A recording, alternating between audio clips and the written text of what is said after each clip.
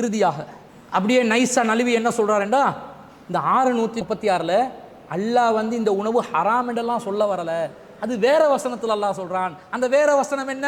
திரும்ப அதே இடத்துக்குள்ள திரும்ப வந்து ரவுண்டில் அதே அந்த கிணத்துக்குள்ள மறுவ விழுந்து 273 53 645 16 இதில் தான் வமா உஹில்ல லிகைரில்லாஹி பிஹி, அல்லாஹ் அல்லாதவர்களுக்காக இஹ்லால் செய்யப்பட்டது என்று அல்லாஹ் சொல்கிறானே, அதில் தான் பயிர்களும் ஹராமாகுது, அதில் தான் கால்நடைகளும் ஹராமாகுது என்று திரும்ப அதே இடத்துக்கு வந்து நிற்கிறாங்க.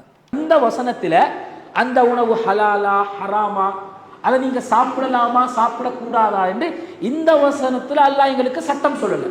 எந்த வசனத்தில் எங்களுக்கு சட்டம் சொல்கிறான்? 2வது அத்தியாயத்தின் 173வது வசனம், 5வது அத்தியாயத்தின் 3வது வசனம், 6வது அத்தியாயத்தின் 145வது வசனம், 16வது அத்தியாயத்தின் 115வது வசனம். இந்த 4 வசனத்திலையும் அல்லாஹ் மிக தெளிவாக தடை செய்யப்பட்ட உணவுகளை பட்டியலிட்டு கொண்டு வந்து அல்லாஹ் ஒரு பரந்த கருத்தில் என்ன சொல்கிறான்? உங்களுக்கு செத்தது ஹராம், இரத்தம் ஹராம், பன்றியுடைய மாமிசம் ஹராம். இந்த 3உடன் சேர்த்து ஒமா உஹில்ல லிகைரில்லா, எவைகள் அல்லாஹ் அல்லாதவற்றுக்காக வேண்டி சப்தமிடப்படுகின்றதாக இருக்கின்றதோ, பூஜை செய்யப்படுகின்றதாக இருக்கின்றதோ, இந்த உணவுகளும் உங்களுக்கு ஹராம் என்ற அடிப்படையை அல்லாஹ் ரப்பல் ஆலமீன் எங்களுக்கு மிக தெள்ளத் தெளிவாக சொல்லி காட்டுகிறான். அன்பிற்குரியவர்களே, இந்த 4 வசனத்திலையும் 2 173 5 3 6 145 16 115 இந்த 4 வசனங்களிலும் வமா உஹில்ல லிகைரில்லாஹி பிஹி அல்லது வமா உஹில்ல பிஹி லிகைரில்லா என்றது வருது. இந்த உஹில்ல என்று சொன்னால் சப்தமிடப்பட்டது என்று அகராதி அர்த்தம் இருந்தாலும், அது அந்த சிலைகளுக்காக வேண்டி அறுத்தலின் போது லாத் உஸ்ஸா போன்ற கடவுள்களின் பெயரை சொல்லி அறுப்பதன் காரணமாக இஹ்லால் என்ற சப்தமிடப்பட்டது என்ற கருத்தில் வந்துவிட்டு, பிறகு பேரை சொல்லாவிட்டாலும் சத்தத்தை உயர்த்தாவிட்டாலும் அறுத்தல் என்ற காரியத்தில் ஈடுபட்டாலே முஹில்லுன் என்று அறுப்பவர் அழைக்கப்பட்டார் என்பது அந்த மக்களுடைய நடைமுறையில் இருந்த ஒரு விளக்கம் என்பதை தெளிவான ஆதாரங்களோடு நிரூபித்த பிறகும் மீண்டும் வமா உஹில்ல லிகைரில்லாஹி பிஹி, சப்தமிடப்பட்டது ஹராம், சப்தமிடப்படாவிட்டால் அப்ப என்ன நிலை? அது ஹலால் ஆகுமா என்று கேட்டா, சப்தமிடப்படாவிட்டாலும் ஹராம். அப்போ சப்தமிடப்படாவிட்டால் ஹராம் என்பதற்கு என்ன ஆதாரம் என்று கேட்டால், சப்தமிடுதலையும் சப்தமிடாமல் இருப்பதையும் இஹ்லால் என்ற வார்த்தையில் குறிக்கும். அப்ப இவ்வளவு நேரம் இஹ்லால் என்றால் சப்தமிடப்பட்டது என்று சொல்லிக் கொண்டிருந்தீர்கள், அது அப்படிதான், சப்தமிடப்படாததுக்கும் இஹ்லால் தான். காரணம் நீயத்தை பார்க்கணும். அப்ப நீயத்தை பார்க்கறது உள்ளம் சம்பந்தப்பட்டதே, அதுல சப்தமிடுதல் என்றது ஒன்று வரவே வராதே. அப்படிதான், நீயத்தை பார்க்கணும், சப்தமிடுதல் என்றதுக்கு எதிரானது தான், ஆனா அது சப்தமிடுதல் அல்லாததையும் குறிக்கும் தான் என்று அப்படியே இடியாப்ப சிக்கல்ல பிணைஞ்சி கொண்டு தங்களை சார்ந்திருக்கக்கூடிய மக்களை ஏமாற்றி பொய்யான தவறான ஒரு கருத்தை நோக்கி மக்களை இழுத்து கொண்டு செல்லக்கூடிய நிலையில் இருப்பவர்கள் ஸ்ரீலங்கா தௌஹீத் ஜமாத் என்பது இந்த வாதத்திலிருந்தும் தெளிவாக விளங்குகிறது. மேலும் இந்த வசனங்கள் எல்லாம் உஹில்ல என்று வருது, உங்க வாதப்படி சப்தமிடப்பட்டது என்றுதான் அர்த்தம். பூஜை செய்யப்பட்டது என்று எங்க இருந்து கருத்து எடுத்தீங்க அதை காட்டணும். டிக்ஷனரி கருத்துப்படி சப்தமிடப்பட்டது என்றதிலேயே நீங்க நிறுத்திக் கொள்ளணும். பூஜையிடப்பட்டது என்ற இடத்துக்கு எங்க போனீங்க, எப்படி போனீங்க, எதை வைத்து போனீர்கள்?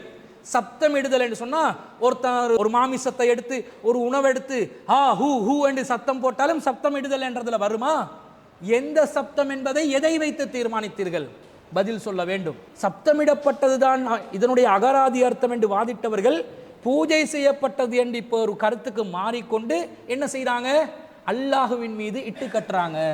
பூஜை செய்யப்பட்டது என்ற கருத்து தான் அதற்குரிய கருத்தாக இருந்தால், இப்போ வருவோம், உலகத்தில் எத்தனையோ பூஜை நடக்குது. நாம் பஸ்ஸில் பயணிக்கிறோம், ஒரு முஸ்லீம் அல்லாதவன் பௌத்த மனிதர் அல்லது ஒரு ஹிந்து ஒரு பஸ்ஸை டிரைவராக இருந்து பஸ் ஓட்டுநராக இருந்து ஸ்டியரிங்கை பிடிச்சி அப்படியே கும்பிட்டு அந்த பயணத்தில் மொத்தமாக ஏறியவர்களை அப்படியே அல்லாத கடவுள்களுக்காக வேண்டி சிலைகளுக்காக வேண்டி பூஜை செஞ்சு விடுறான். பஸ்ஸில் உள்ள 50 பேரும் பூஜிக்கப்பட்டவர்கள். இப்போ இந்த சப்தமிடப்பட்டது பூஜை செய்யப்பட்டது என்று சொன்னவர்கள் இந்த பஸ்ஸில் எப்படி ஏறி பயணம் செய்வீர்கள்? உங்களையே அவன் அல்லாதவர்களுக்காக வேண்டி பூஜை செஞ்சு விட்டுட்டான். நீங்கள் எப்படி இப்போ அந்த பஸ்ஸில் பயணம் செய்வீர்கள்?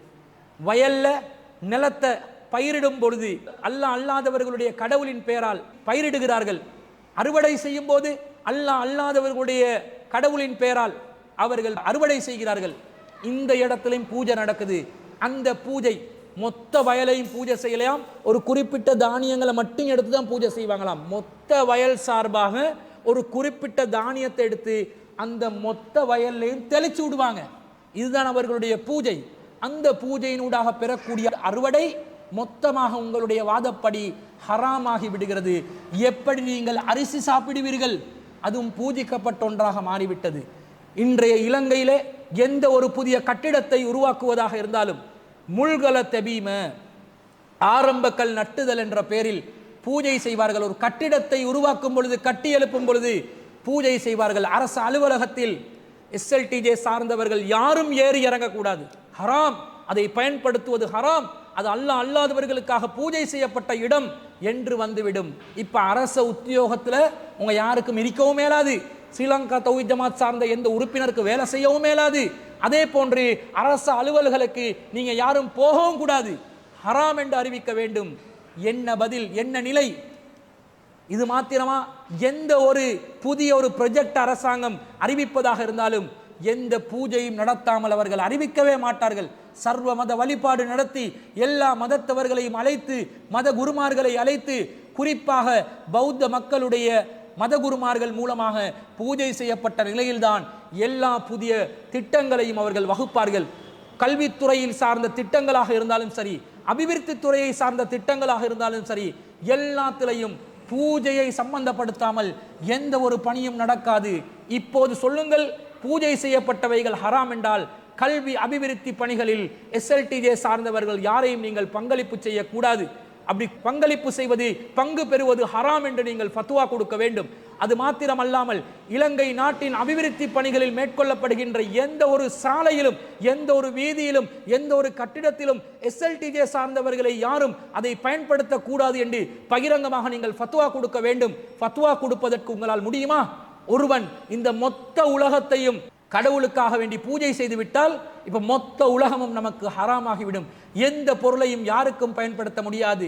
எந்த அளவுக்கு என்று சொன்னா, உங்களுக்கு நீங்களே ஹராமாகி விடுவீர்கள் என்ற ஒரு நிலை வந்து ஒட்டுமொத்த உலகமும் உங்களுக்கு ஹராமாக்கப்பட்ட நிலையில், சரி சந்திர மண்டலத்துக்கு போகுமா, செவ்வாய் கிரகத்துக்கு போய் தான் வாழுவோமா என்றொரு முடிவெடுத்தாலும் இன்னொருத்தன் ஒட்டுமொத்த அண்ட சலாசாலத்தையும் அல்லாஹ் அல்லாத கடவுள்களுக்காக வேண்டி பூஜை செய்த காட்சிகளை நாங்கள் பார்த்திருக்கிறோம். இப்ப மொத்த யூனிவர்ஸும் ஹராம்.